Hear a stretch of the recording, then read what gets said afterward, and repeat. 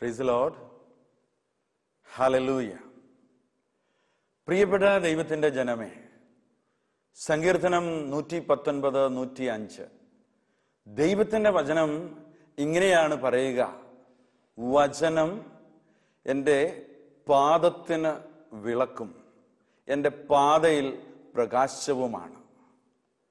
പാദത്തിന് വിളക്കായി, പാതയിൽ പ്രകാശമായി ദൈവത്തിൻ്റെ വചനം നമ്മുടെ കൂടെയുണ്ട് എങ്കിൽ, പ്രിയപ്പെട്ട ദൈവത്തിൻ്റെ ജനമേ, നമ്മൾ കടന്നു പോകുന്ന വഴികളിൽ നമ്മുടെ ഒപ്പമുള്ളത് വചനം മാംസമായി മാറിയവൻ, ലോകത്തിൻ്റെ പ്രകാശമാണ് ഞാനെന്ന് വിളിച്ചു പറഞ്ഞവൻ, അന്ധകാരത്തിലായിരുന്ന ഒരു ജനത്തിൻ്റെ നടുവിൽ വെളിച്ചമായി കടന്നു വന്നവൻ യേശുക്രിസ്തു നമ്മുടെ കൂടെ പാതയിൽ വെളിച്ചമായി, പാദത്തിന് വിളക്കായി നമ്മുടെ കൂടെ ഉണ്ടാകും. ഒരു കാര്യം നമ്മൾ തിരിച്ചറിയണം: നമ്മൾ കടന്നു പോകുന്നത് എപ്പോഴും ഒരേ പാതയിലായിരിക്കാം, സുപരിചിതമായ വഴികളിലൂടെയായിരിക്കാം നാം സഞ്ചരിക്കുക. പക്ഷേ ദിവസവും നമ്മൾ കടന്നു പോകുന്ന വഴികൾക്ക് ഒരുപക്ഷെ മാറ്റമുണ്ടാകാം.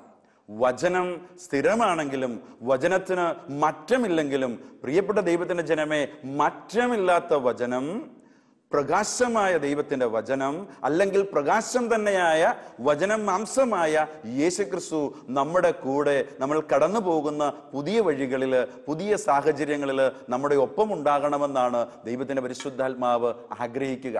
ഈ കഴിഞ്ഞ ഒരു പുസ്തകത്തിൻ്റെ ഒരു വായനയിലൂടെ കടന്നു പോകുന്ന ഒരു സമയത്ത് ഇങ്ങനെയാണ് ഞാനത് വായിച്ചത്. ഒരു യൗവനക്കാരൻ അദ്ദേഹത്തിൻ്റെ ഗുരുസ്ഥാനീയനായ ഒരു വ്യക്തിയുടെ അടിയിൽ ചെന്നിട്ട് ഇങ്ങനെ പറഞ്ഞു: ഞാൻ വചനം വായിക്കുന്നുണ്ട് എങ്കിലും വചനം എനിക്ക് മനസ്സിലാകുന്നില്ല. ഇങ്ങനെ ഇവർ തമ്മിലുള്ള സംഭാഷണം മുന്നോട്ട് കടന്നു പോകുമ്പോൾ ഈ ഗുരുസ്ഥാനീയനായ വ്യക്തി പറഞ്ഞു: വചനം നീ വായിച്ചുകൊണ്ടേയിരിക്കുക, വചനം അതിൻ്റെ ക്രിയ ചെയ്തുകൊള്ളും. അതിനുശേഷം അദ്ദേഹം അടുത്തിരുന്ന ചെളി പിടിച്ച, കരി പിടിച്ച ഒരു കുട്ടയെടുത്ത് ഈ വ്യക്തിയുടെ കരങ്ങളിൽ കൊടുത്തിട്ട് പറഞ്ഞു: അടുത്തുള്ള പുഴയിൽ പോയി ഈ കുട്ടയിൽ വെള്ളം ശേഖരിച്ച് ഇവിടെ എത്തണം. ഇതൊരു അസാധ്യമായ കാര്യമാണെന്ന് തിരിച്ചറിഞ്ഞ ഈ യൗവനക്കാരൻ ഒരു സംശയത്തോടു കൂടി തൻ്റെ ഗുരുവിനെ നോക്കുമ്പോൾ ഗുരു പറഞ്ഞു: നീ പറഞ്ഞത് പ്രവർത്തിക്കുക. അങ്ങനെ ഈ യൗവനക്കാരൻ ഈ കരി പിടിച്ച കുട്ടയുമായി, ചെളി പിടിച്ച കുട്ടയുമായി പുഴയിലേക്ക് കടന്നു പോവുകയും പുഴയിൽ നിന്ന് കുട്ടയിൽ വെള്ളം കോരി ഈ ഗുരു പറഞ്ഞ സ്ഥലത്തെത്തുകയും അങ്ങനെ നിരവധി തവണ അദ്ദേഹം പുഴയിൽ നിന്ന് വെള്ളം എടുത്തുകൊണ്ട് ഈ ഗുരുവിൻ്റെ അടുത്ത് വന്നു കഴിഞ്ഞപ്പോൾ ഈ കരി പിടിച്ച, ചെളി പിടിച്ച, മണ്ണ് പുരണ്ടിരുന്ന കൊട്ട എന്ത് സംഭവിച്ചു? വളരെ ചെളിയെല്ലാം പോയി, കരിയെല്ലാം പോയി, അത് വൃത്തിയായി മാറിയതായി കാണുവാൻ സാധിച്ചു. അതുകൊണ്ട് ഈ യൗവനക്കാരനോട് ഈ ഗുരു ഇങ്ങനെ പറഞ്ഞു: വചനം വായിച്ചു കൊണ്ടിരിക്കുന്ന സമയത്ത് ആ വചനം നമ്മുടെ ജീവിതത്തിൽ ഓരോ ദിവസവും അത്ഭുതം ചെയ്യും. നമ്മുടെ ഹൃദയത്തിൻ്റെ നമ്മുടെ ജീവിതത്തിലുള്ള എല്ലാ മാലിന്യങ്ങളെയും അതെടുത്തു മാറ്റും. ഈ വചനം നമുക്ക് സംരക്ഷണമായി നമ്മുടെ കൂടെ നിൽക്കുമെന്ന് ഈ ഗുരു ഈ യൗവനക്കാരന് പറഞ്ഞു കൊടുക്കുകയാണ്. പ്രിയപ്പെട്ട ദൈവത്തിൻ്റെ ജനമേ, വചനം അത് വളരെ സത്യമാണെന്ന് നമ്മൾ തിരിച്ചറിയുന്നിടത്ത് ആ വചനത്തിലൂടെയുള്ള പ്രാർത്ഥന നമ്മുടെ ജീവിതത്തെ മാറ്റിമറിക്കും. നിങ്ങൾക്ക് അപ്പസ്തോല പ്രവൃത്തികൾ 12-ാമത്തെ അധ്യായത്തിലേക്ക് ഒന്ന് കടന്നു വരാം. അപ്പസ്തോല പ്രവൃത്തികൾ 12-ാം അധ്യായം ഇങ്ങനെ തുടങ്ങുകയാണ്: ഹെറോദോസ് രാജാവ് സഭയ്ക്കെതിരെ എതിർത്തു നിൽക്കുന്ന ചില സാഹചര്യങ്ങളെ നമ്മൾ അവിടെ കാണുകയാണ്. അല്ലെങ്കിൽ അന്ധകാരത്തിന്റെ ഒരു കരം, എതിർപ്പിന്റെ ഒരു പൈശാചികതയുടെ കരം സഭയ്ക്കെതിരെ കടന്നു വരികയാണ്. സഭയെ ഹെറോദോസ് രാജാവ് പീഡിപ്പിച്ചുകൊണ്ടിരിക്കുന്ന ഒരു സാഹചര്യം നമ്മളവിടെ കാണുകയാണ്. പ്രിയപ്പെട്ടവരെ, ഓർത്തുകൊള്ളുക, സഭയ്ക്കെതിരെ ഒരു കരം ഉയരുമ്പോൾ, അല്ലെങ്കിൽ നമ്മുടെ കുടുംബജീവിതത്തിനെതിരെ, വ്യക്തി ജീവിതത്തിനെതിരെ ഒരു പൈശാചികതയുടെ, ഒരു അന്ധകാരത്തിന്റെ കരം ഉയരുമ്പോൾ ഒരു കാര്യം നമ്മൾ തിരിച്ചറിയണം: നമ്മൾ ദൈവത്തിന്റെ കരത്തിന്റെ ആ കരുത്തിലേക്ക് നമ്മൾ കടന്നു വരണം. സങ്കീർത്തനം 118:16 ദൈവത്തിന്റെ വചനം ഇങ്ങനെയാണ് പറയുക: കർത്താവിന്റെ വലത് കൈ കരുത്ത് പ്രകടമാക്കി. കർത്താവിന്റെ വലതുകരം അത് കരുത്ത് പ്രകടമാക്കി, അത് മഹത്വം ആർജിച്ചിരിക്കുന്നു എന്ന് വചനം വ്യക്തമാക്കുകയാണ്. കർത്താവിന്റെ കരം മഹത്വമാർജിച്ചിരിക്കുകയും അത് കരുത്ത് പ്രകടമാക്കുകയും ചെയ്യുന്നുവെങ്കിൽ, നമുക്കെതിരെ ശത്രുവിന്റെ കരം ഉയർന്നു പൊങ്ങുന്നുവെങ്കിൽ, ആ ഒരു മേഖലകളിൽ ദൈവത്തിന്റെ കരം കടന്നു വരുവാൻ നമ്മളുടെ കരങ്ങളെ ഉയർത്തണമെന്ന് ദൈവത്തിന്റെ പരിശുദ്ധാത്മാവ് നമ്മളെ പഠിപ്പിക്കുകയാണ്. കാരണം യേശുവിൻ്റെ ദൈവത്തിൻ്റെ കരത്തിനപ്പുറമായി ഈ ലോക ചരിത്രത്തിൽ കരുത്തുള്ള മറ്റൊരു കരമില്ല. നമുക്കറിയാം, ചെങ്കടലിന്റെ മുമ്പിൽ തളർന്നു നിന്ന മോശയുടെ ജീവിതത്തിൽ മോശ തൻ്റെ കയ്യിലുണ്ടായിരുന്ന വടി ഉയർത്തിപ്പിടിച്ചപ്പോൾ അതിൻ്റെ മുകളിൽ ഉയർത്തിപ്പിടിച്ച കർത്താവിൻ്റെ കരം, ദൈവത്തിൻ്റെ കരം ചെങ്കടൽ വിഭജിക്കുവാൻ സാധിച്ചുവെങ്കിൽ, പ്രിയപ്പെട്ട ദൈവത്തിൻ്റെ ജനമേ ഓർക്കുക, ജെറീക്കോ കോട്ടയുടെ ചുറ്റും നടന്നാർത്ത് അട്ടഹസിച്ച് ഹല്ലേലൂയ പാടിയ ദൈവജനത്തിന്റെ കരത്തിന്റെ, ദൈവജനത്തിന്റെ സ്തുതിയുടെയും ആരാധനയുടെയും മധ്യത്തിൽ ഇറങ്ങി വന്ന ദൈവത്തിന്റെ സാന്നിധ്യം ജെറീക്കോ ഇരുന്നു പോകുവാൻ, തകർന്നു പോകുവാൻ കാരണമായെങ്കിൽ ദൈവത്തിന്റെ കരം അവിടെ അത്ഭുതം ചെയ്തതുകൊണ്ടാണ്. പ്രിയപ്പെട്ട ദൈവത്തിന്റെ ജനമേ ഓർക്കുക, ദൈവത്തിന്റെ കരം അത്ഭുതം ചെയ്യണമെങ്കിൽ സങ്കീർത്തനം 118:15 ഇങ്ങനെ പറയുകയാണ്: നീതിമാന്മാരുടെ കൂടാരത്തിൽ ജയഘോഷം ഉയരുന്നു. കർത്താവിൻ്റെ വലതുകരം അവിടെ കരുത്ത് പ്രകടമാക്കി. ഏത് കൂടാരത്തിലാണ് കർത്താവിൻ്റെ കരം കരുത്ത് പ്രകടമാക്കിയത്?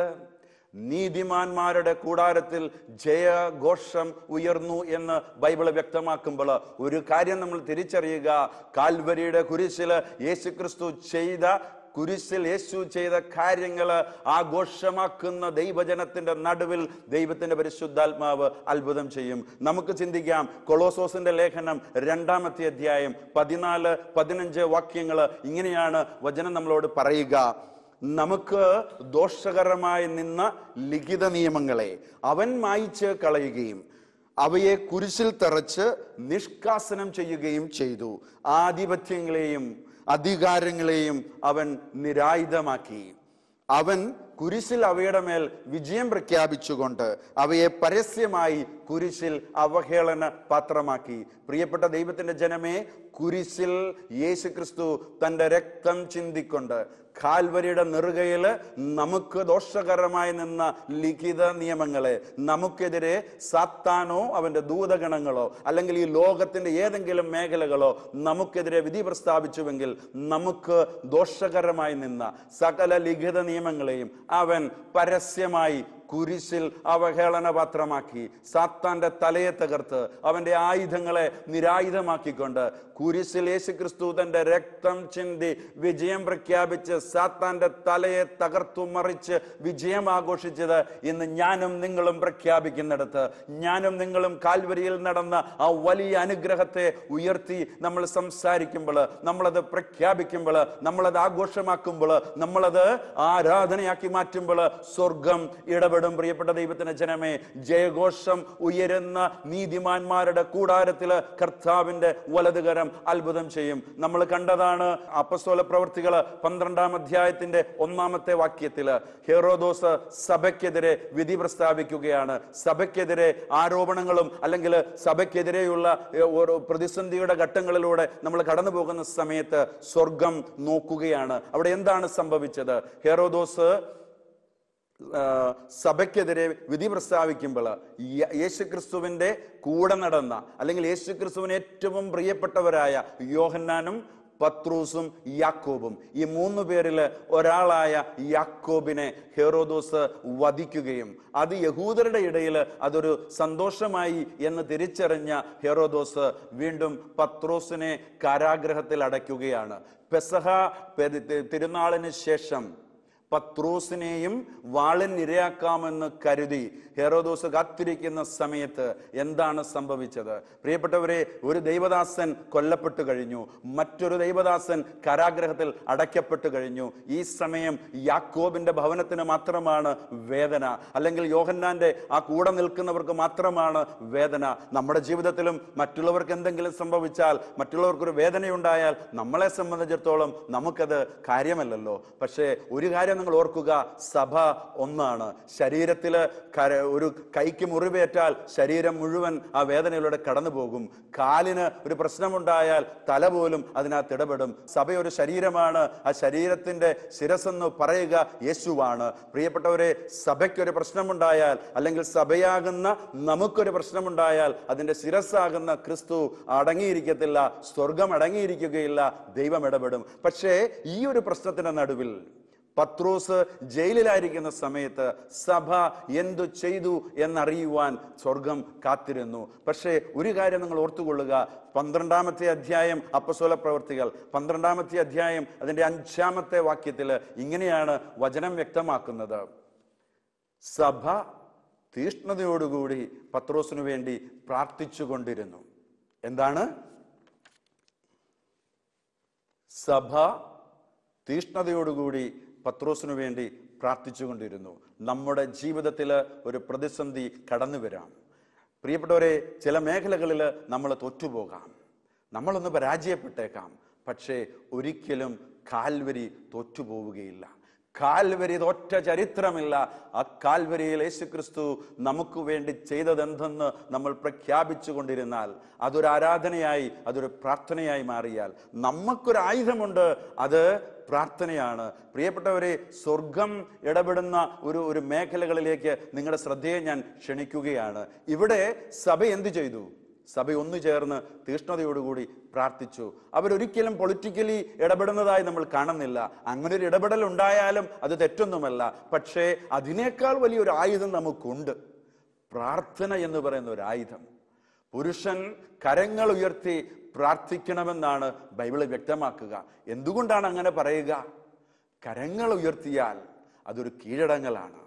നമ്മുടെ കരങ്ങളിലുള്ള സകല ആയുധങ്ങളെയും താഴ്ത്തി വെച്ച് സ്വർഗം നമുക്ക് നൽകിയിരിക്കുന്ന ഏറ്റവും വലിയ ആയുധമായ പ്രാർത്ഥനയിലേക്ക് നമ്മൾ തിരികെ വരണം. പക്ഷേ നമ്മുടെ പ്രാർത്ഥനകളെ, അല്ലെങ്കിൽ നമ്മുടെ കരങ്ങളിൽ ഇരിക്കുന്ന ഈ ആയുധത്തെ താഴെ വെപ്പിച്ച് ഒരുപക്ഷെ സോഷ്യൽ മീഡിയയിലോ ഫേസ്ബുക്കിലോ വാട്സപ്പിലോ അല്ലെങ്കിൽ ഏതെങ്കിലും തരത്തിലുള്ള സിനിമയിലോ മറ്റു കാര്യങ്ങളിലോ ഒക്കെ നമ്മുടെ ചിന്തകളെ അല്ലെങ്കിൽ നമ്മുടെ പ്രവൃത്തികളെ മാറ്റിവെച്ചിട്ട് പ്രാർത്ഥിക്കുവാൻ, നമുക്കൊരു പ്രശ്നമുണ്ടായാൽ, നമുക്കൊരു പ്രതിസന്ധി ഉണ്ടായാൽ പ്രാർത്ഥിക്കുവാനാവാത്ത വിധത്തിൽ നമ്മുടെ മനസ്സിനെ അന്ധമാക്കുന്ന ഒരു ദുഷ്ടന്റെ ലോകമാണ് നമ്മുടെ മുമ്പിലൂടെ കടന്നു പോവുക.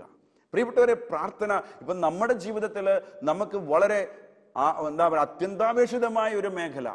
ഐസ്യുവിന്റെ തണുപ്പിലൂടെ നമുക്ക് വേണ്ടപ്പെട്ട ഒരു വ്യക്തി കടന്നു പോകുമ്പോൾ നമ്മുടെ പ്രാർത്ഥന എന്ന് പറയുക ശ്രദ്ധയോടെയാണോ, അശ്രദ്ധയോടെയാണോ, അതീവ ശ്രദ്ധയോടെയാണോ? പ്രാർത്ഥന ഈ 3 തരത്തിൽ നമുക്ക് ഡിവൈഡ് ചെയ്യാം. ശ്രദ്ധയോടെയുള്ള പ്രാർത്ഥന, അശ്രദ്ധയോടുകൂടിയുള്ള പ്രാർത്ഥന, എന്നാൽ അതീവ ശ്രദ്ധയോടുകൂടിയുള്ള പ്രാർത്ഥന. ഞാൻ ഇങ്ങോട്ട് വരുന്ന സമയത്ത് കൊല്ലത്തു നിന്നും ഒരു ഫോൺ കോൾ. 10ാം ക്ലാസ്സിൽ പഠിക്കുന്ന ഒരു പയ്യൻ അമ്മയുമായി ഉണ്ടായ ഒരു പ്രശ്നത്തിന്റെ പേരിൽ ആ വീട് വിട്ട് പുറപ്പെട്ടു പോയിരിക്കുന്നു. ആ വീട്ടിൽ നടക്കുന്ന പ്രാർത്ഥന എന്ന് പറയുന്നത് നിലവിളിച്ചുള്ള പ്രാർത്ഥനയാണ്. ഞാൻ ഇങ്ങോട്ട് വരുന്ന സമയത്ത്, പ്രാർത്ഥിച്ചുകൊണ്ടിരിക്കുന്ന സമയത്ത് തന്നെ വീണ്ടും അവർ വിളിച്ചു പറഞ്ഞു, മദ്രാസിൽ ആ പയ്യനെ തിരിച്ച് കിട്ടിയിരിക്കുന്നു എന്ന്. പ്രിയപ്പെട്ടവരെ, ഒരു കുടുംബം അതീവ ശ്രദ്ധയോടെ ഒരു വിഷയത്തിന് വേണ്ടി പ്രാർത്ഥിച്ചാൽ ദൈവം ഇടപെടുമെന്നുള്ളതിൻ്റെ ഒരു സൂചനയായി നമുക്കിതിനെ മനസ്സിലാക്കുവാൻ പറ്റും. അതീവ ശ്രദ്ധയോടുകൂടിയുള്ള പ്രാർത്ഥന ഗെത്സമനിയിൽ നമുക്ക് കാണുവാൻ പറ്റും. രക്തം വിയർപ്പുതുള്ളികൾ പോലെ ഭൂമിയിലേക്ക് പതിക്കുന്ന യേശുവിൻ്റെ പ്രാർത്ഥന, അതീവ ശ്രദ്ധയോടുകൂടിയുള്ള യേശുക്രിസ്തുവിന്റെ പ്രാർത്ഥന. നിങ്ങൾ ഓർക്കുക, കട്ടിയുള്ള ഒരു പണി, ഒരു ദിവസം മുഴുവൻ ഒരു പറമ്പിൽ നിന്ന് കിളച്ചാലും, അതികഠിനമായ ജോലി ചെയ്താലും ഒരു കാരണവശാലും ശരീരത്തിൽ നിന്നും എന്താ പറയുന്നത്, രക്തത്തുള്ളികൾ വിയർപ്പ് പോലെ താഴേക്ക് വീഴുവാൻ സാധ്യതയില്ല. പക്ഷെ അതീവ ശ്രദ്ധയോടുകൂടി ഒരു പ്രത്യേക വിഷയത്തിന് വേണ്ടി യേശുക്രിസ്തു ഗെത്സമനിയിൽ പ്രാർത്ഥിച്ചപ്പോൾ ആ പ്രാർത്ഥനയിൽ എന്താണ് സംഭവിച്ചത്? രക്തത്തുള്ളികൾ പോലെ വിയർപ്പ് താഴേക്ക് വീഴുകയാണ്. നമ്മുടെ പ്രാർത്ഥന അതീവ ശ്രദ്ധയോടുകൂടി ആയിരിക്കണം. കുടുംബ പ്രാർത്ഥനകൾ ഇന്ന് എന്താ പറയുന്നത്, ശ്രദ്ധയില്ലാത്ത വിധത്തിൽ കടന്നു പോകുന്നുണ്ടെങ്കിൽ നമ്മുടെ ജീവിതത്തിൽ അനുഗ്രഹത്തിന്റെ തടസ്സം അവിടെ തുടങ്ങുന്നു എന്ന് നമ്മൾ തിരിച്ചറിയണം. വീണ്ടും അപ്പസ്തോല പ്രവൃത്തികൾ 12ാം അധ്യായം അതിന്റെ 5ാമത്തെ വാക്യം, സഭ പത്രോസ് ജയിലിലായിരിക്കുമ്പം, കാരാഗ്രഹത്തിലായിരിക്കുമ്പം സഭ ഒന്നു ചേർന്ന് പ്രാർത്ഥിക്കുകയാണ്. തീഷ്ണതയോടുകൂടി സഭ പ്രാർത്ഥിക്കുന്നു എന്ന് നമ്മൾ തിരിച്ചറിയുന്നു. ഒരു ദൈവദാസൻ കൊല്ലപ്പെട്ട സാഹചര്യം, മറ്റൊരു ദൈവദാസൻ കാരാഗ്രഹത്തിൽ അടയ്ക്കപ്പെട്ടിരിക്കുന്ന സാഹചര്യം. ഈ സമയത്ത് നമ്മൾ ഒരു കാര്യം തിരിച്ചറിയണം.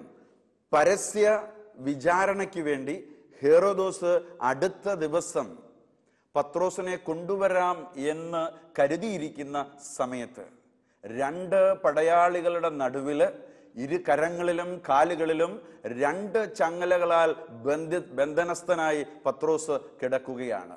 കാരാഗ്രഹത്തിന്റെ വെളിയില് എന്താ പറയുന്നത്, ഈ ഒരു കാരാഗ്രഹത്തിന് കാവലായി സൈനികര് നിൽക്കുകയാണ്.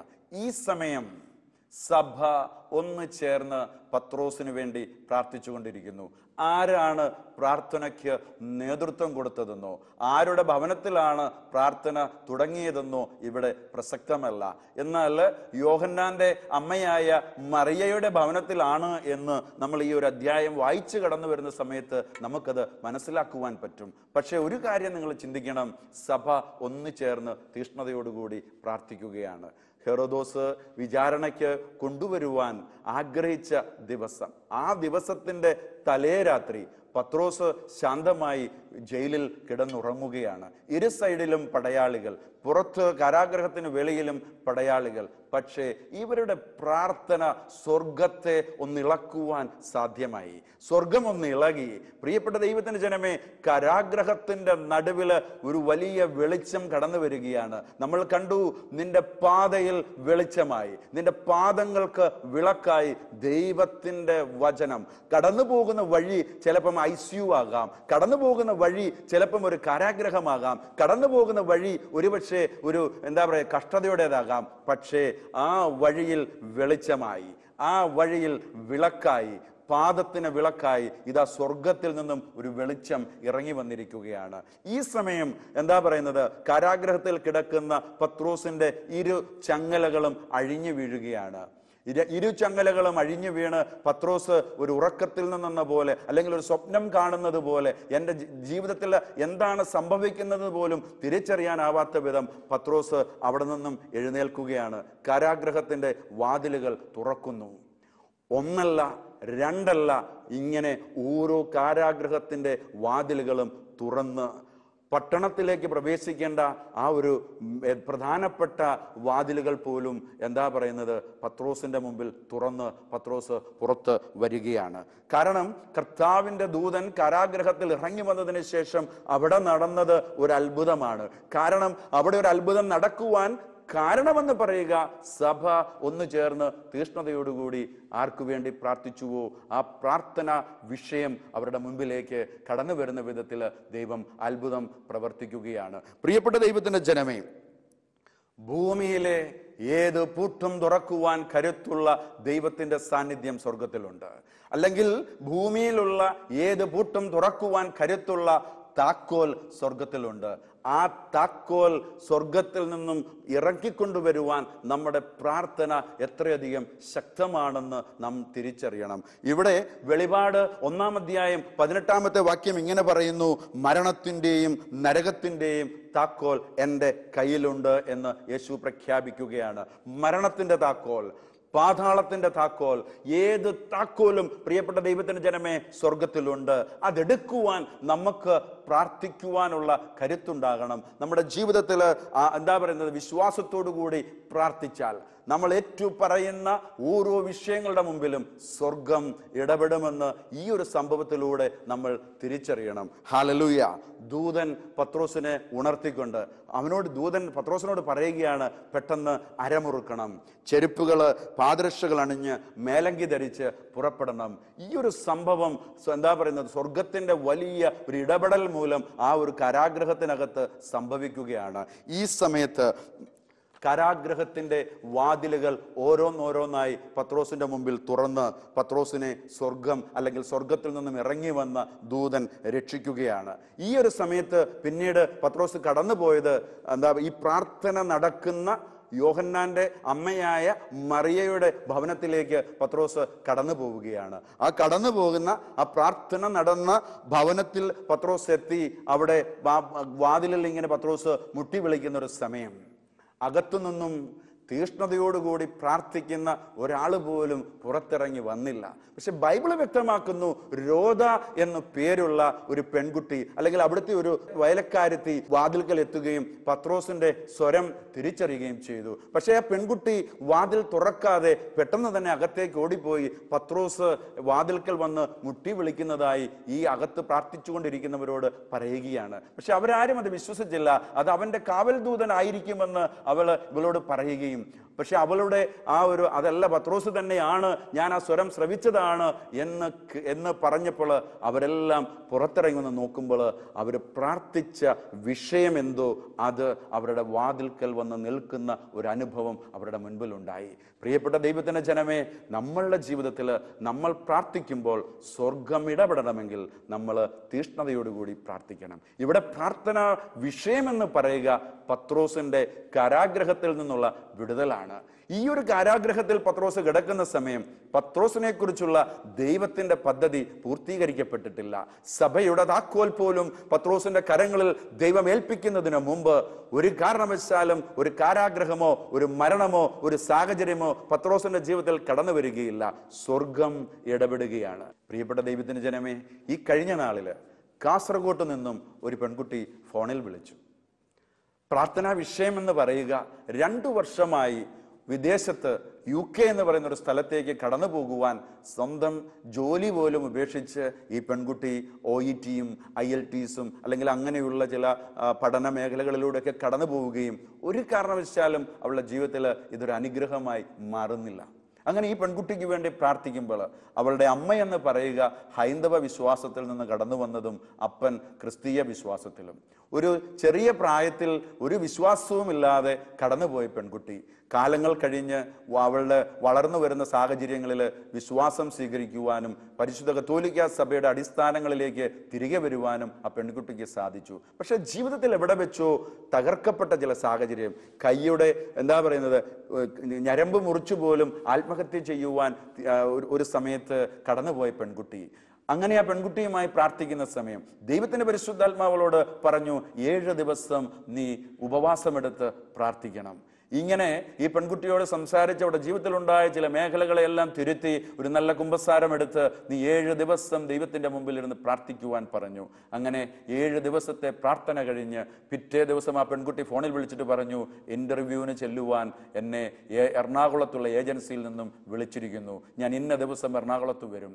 പ്രിയപ്പെട്ടവരെ, ആ പെൺകുട്ടി 7 ദിവസം ഉപവസിച്ച് കർത്താവിന്റെ മുമ്പിൽ അതീവ ശ്രദ്ധയോടുകൂടി പ്രാർത്ഥിച്ചപ്പോൾ അവൾക്ക് അടഞ്ഞിരുന്ന UK എന്ന് പറയുന്ന ഒരു രാജ്യം അവരുടെ മുമ്പിൽ തുറക്കുവാൻ കാരണമായി. പിന്നീട് നടന്നതെല്ലാം പെട്ടെന്ന് തന്നെ 5 ദിവസം കൊണ്ട് അവളുടെ വിസയുടെ പ്രോസസ്സിങ് കഴിഞ്ഞ് വിസ അടിച്ച് ജനുവരി മാസം 2-ാം തീയതി ആ പെൺകുട്ടി ഇവിടെ നിന്നും UK പറക്കുവാനുള്ള കാര്യങ്ങൾ ദൈവത്തിന്റെ പരിശുദ്ധാത്മാവ് ക്രമീകരിച്ചു.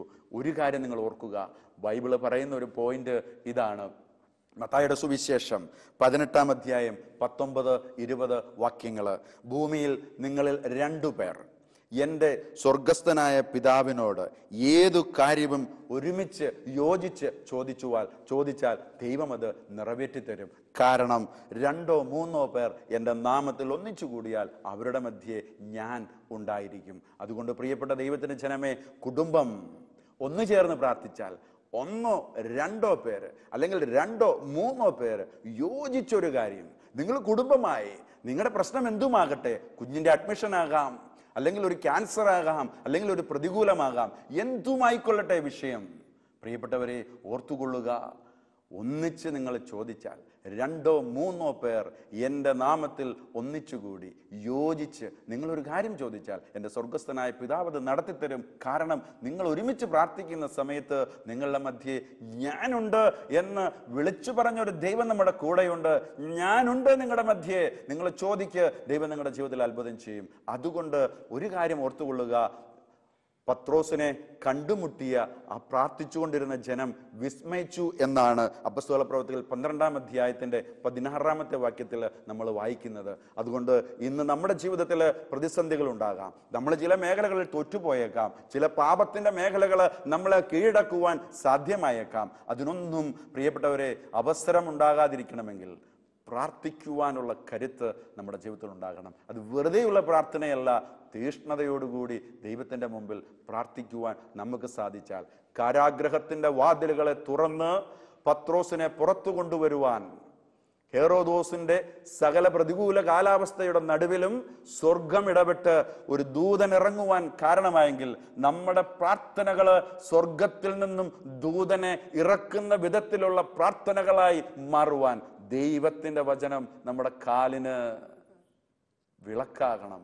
നമ്മുടെ പാതയിൽ പ്രകാശമായി മാറണമെങ്കിൽ നിങ്ങൾ ഒരുമയോടുകൂടി കർത്താവിൻ്റെ മുമ്പിൽ പ്രാർത്ഥിക്കുവാനുള്ള തീരുമാനമെടുക്കണം. പ്രാർത്ഥന എന്ന് പറയുക സ്വർഗം നമുക്ക് നൽകിയ ഏറ്റവും വലിയ ആയുധമാണ്. ഈ ഒരു ആയുധത്തിന്റെ മുമ്പിൽ മറ്റെല്ലാ ആയുധങ്ങളും പരാജയപ്പെടുമെന്ന് നിങ്ങൾ തിരിച്ചറിയുക. പ്രിയപ്പെട്ട ദൈവത്തിന്റെ ജനമേ, ഫിലിപ്പിയയിലെ ജയിലില് അത്ഭുതം നടക്കുവാൻ കാരണം സഭ ഒന്നു ചേർന്ന് പ്രാർത്ഥിച്ചു. സഭയ്ക്കെതിരെ, കുടുംബത്തിനെതിരെ ഒരു പ്രതിസന്ധി വരുമ്പം സഭ ഒന്നു ചേർന്ന് ഉണർവോടെ ഒരുമിച്ച് ഐക്യത്തോടുകൂടി ആത്മാവിൽ പ്രാർത്ഥിക്കണമെന്ന് ദൈവം ആഗ്രഹിക്കുകയാണ്. അതുകൊണ്ട് ഇന്നത്തെ ഈ ദിവസം നമ്മുടെ ജീവിതത്തിൽ പ്രതിസന്ധികളെ നോക്കിയല്ല നിങ്ങൾ പറയേണ്ടത്. ഈ പ്രതിസന്ധികളുടെ നടുവിലും ഇറങ്ങി വരുവാൻ കരുത്തുള്ള, ദൂതനെ ഇറക്കുവാൻ കരുത്തുള്ള ഒരു ദൈവം എനിക്കുണ്ട്. അവന്റെ നാമത്തിന്റെ മുമ്പിൽ എല്ലാ മുട്ടും മടങ്ങും. അവന്റെ നാമത്തിന്റെ മുമ്പിൽ എല്ലാ നാമം ഏറ്റുപാടും.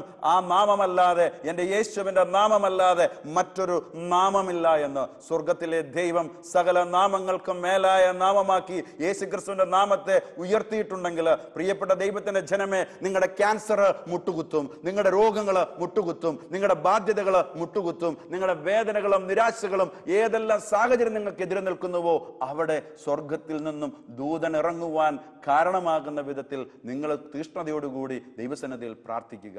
ഇന്നത്തെ ദിവസം തീഷ്ണതയോടുകൂടി പ്രാർത്ഥിക്കുവാൻ, ഗത്സമനയിൽ യേശുക്രിസ്തു രക്തം വിയർപ്പാക്കി പ്രാർത്ഥിച്ചുവെങ്കിൽ ആ ഒരു പ്രാർത്ഥന, നെഞ്ചുപൊട്ടിയുള്ള പ്രാർത്ഥന സ്വർഗം കേൾക്കും, സ്വർഗം ഉത്തരം തരും. അതുകൊണ്ട് ഇന്നത്തെ ദിവസം അപ്പോസ്തല പ്രവൃത്തികൾ 12:5 സഭ ഒന്ന് ചേർന്ന് തീഷ്ണതയോടുകൂടി പ്രാർത്ഥിച്ചു എന്ന് നമുക്ക് തിരിച്ചറിവ് ലഭിക്കുന്നുണ്ടെങ്കിൽ, ആ തിരിച്ചറിവ് സ്വർഗം ഇടപെട്ട് കാരാഗ്രഹത്തിൽ നിന്നും പത്രോസിനെ പുറത്തു കൊണ്ടുവന്നത് നമ്മുടെ ജീവിതത്തിൽ ഏറ്റെടുക്കാൻ നമുക്ക് സാധിക്കുന്നുവെങ്കിൽ നമുക്കൊന്ന് കണ്ണുകളെ അടയ്ക്കാം. പ്രശ്നം എന്തുമാകട്ടെ, നമുക്കൊരു ദൈവമുണ്ട്.